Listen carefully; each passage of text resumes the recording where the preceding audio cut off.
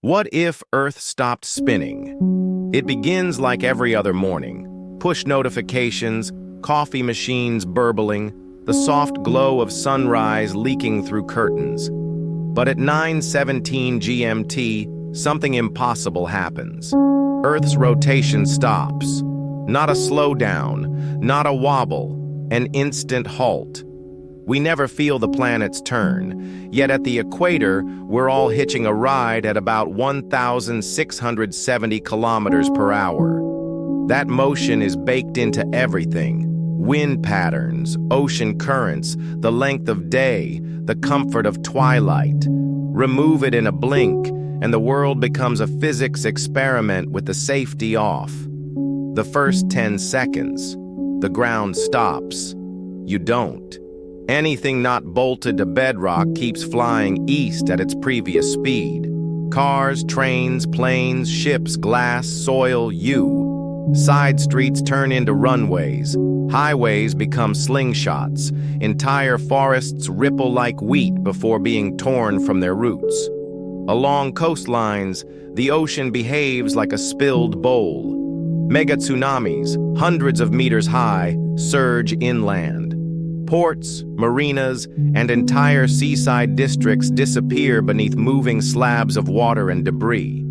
The equator is hit hardest, where rotational speed was greatest, but the shock reverberates from Jakarta to Lagos to Quito and beyond. In the sky, aircraft briefly hold their headings, until the air itself reveals the second act. The atmosphere doesn't stop. Our atmosphere has been co-rotating with Earth for billions of years.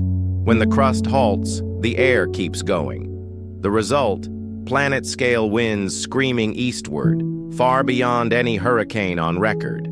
Dust and salt are sandblasted across continents. Window glass becomes shrapnel. On open plains, topsoil lifts and travels. Deserts migrate in a single day. Then comes an eerie lull, because the atmosphere, too, begins to settle onto the now stationary ground. But the damage is done. Forests shredded, cities perforated, power lines down, airports gone. Global communications fracture in seconds. What still works runs on batteries. What saves you is luck, shelter, and distance from the equator. A new day that lasts 6 months. If rotation is gone but the Earth continues its annual orbit, day and night are rewritten. Without spin, the planet no longer turns through sunlight. Instead, each hemisphere leans into the sun for months at a time. One side bakes under continuous daylight. Temperatures surge. Shallow seas warm like kettles. Evaporation skyrockets. Heat domes, no longer steered by the Coriolis effect, swell into slow, suffocating high-pressure caps. Crops wither. Rivers shrink to strings of hot pools. The other side freezes into perpetual night. Moisture snows out and stays out. Sea ice grows thick and hard, creeping toward mid-latitudes. Cities shiver into silence under meter after meter of drifting snow. Diesel gels. Metal snaps. Breath crystallizes.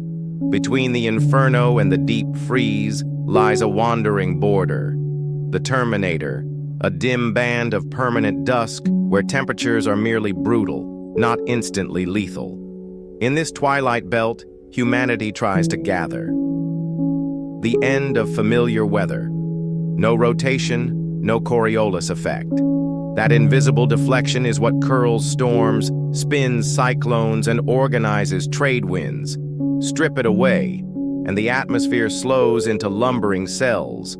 Huge loops of air rising on the hot side and sinking on the cold side. Instead of storm tracks dancing across continents, you get stalled giants, stationary updraft towers over warm oceans, sluggish subsidence deserts beneath them. Oceans feel the loss too.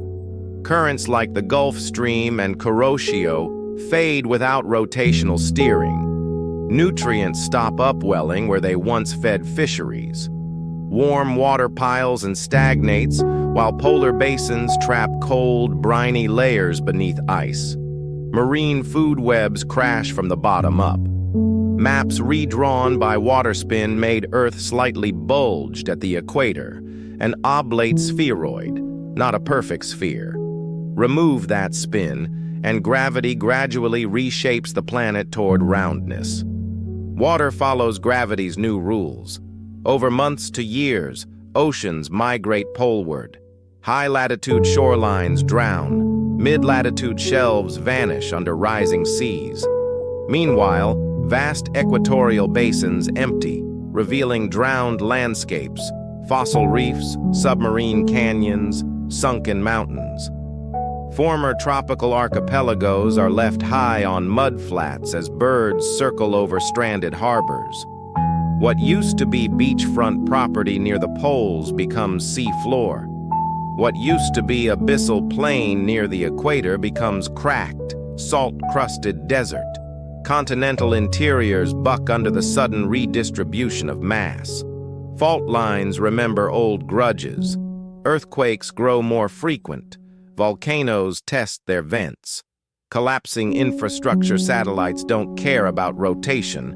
Orbital mechanics runs on gravity and velocity, but ground networks do. With grids shredded by winds and floods, power generation becomes local and primitive fast. Solar farms bake on the day side until inverters fail. Wind turbines overspeed in the first hours, then stand limp without predictable winds. Hydropower chokes when reservoirs swing between drought and deluge. Compasses spin into irrelevance if the magnetic field weakens. The field comes from the dynamo in Earth's liquid outer core, convection, rotation, and conducting iron. Rotation isn't the only ingredient, but it helps organize flow. Over centuries, not overnight, the field could falter, thinning our shield against solar and cosmic radiation. Auroras would wander, satellites would suffer. The atmosphere would be eroded faster at the edges of space. Not instant doom, but a relentless subtracting of comfort and protection. Life at the Terminator civilization regroups along the dusk line, a belt circling the planet where the sun hovers near the horizon every hour of every day. Here, temperatures can be managed with engineering. Agriculture shifts to controlled environments, insulated grow tunnels, geothermal greenhouses tapping shallow heat on the dark side, desalination trains crawling the shoreline to feed vertical farms. People learn a new migration, not north to south with seasons, but west to east with survival, sliding along the Terminator as weather cells expand and contract. Cities turn mobile, modular districts on rail beds, crawler platforms, ice-rated pontoons. Roads become convoys, ports become moving harbors that chase habitable air. Energy is where you find it. On the night side, wind screams off the cold interior toward the warm fringe, katabatic rivers of air that drive turbines designed for dense, freezing flows. On the day side, concentrated solar fields bloom at the edge of the light, where panels can track a sun fixed just above the horizon and stay cool enough to live. Water cycles by design. Humidity from the hot side condenses into persistent fog banks at the Terminator. Fog nets harvest it. Glaciers on the night side are mined and ferried inward under auroral skies. Salt, once a nuisance, becomes currency. Biology bends, then adapts. Species with narrow ranges vanish first, but life experiments. In permanent day, heat-tolerant microbes thrive. Desert flora evolve leaves like mirrors. In permanent night, ecosystems reorganize around geothermal vents, chemotrophs, and the faint light of stars and auroras. Migratory animals turn their ancient routes 90 degrees, following the edge of dusk. Humans breed crops that photosynthesize at low angles and tolerate long twilight. We engineer algae that grow in warm brine and cold darkness alike. If it stopped slowly, there's another path. Suppose rotation dwindled over millions of years. The disasters soften. Oceans walk inland instead of sprinting. Winds never reach planetary knife speeds. Species shuffle ranges generation by generation, pulling their biomes along like worn blankets. Cities shift inch by inch. We build Terminator metropolises from the start. Skylines aligned to permanent dusk. Districts tuned to harness edge-of-day energy. Shaded farms with mirror canopies. The equator becomes a continental salt pan with shimmering solar arrays.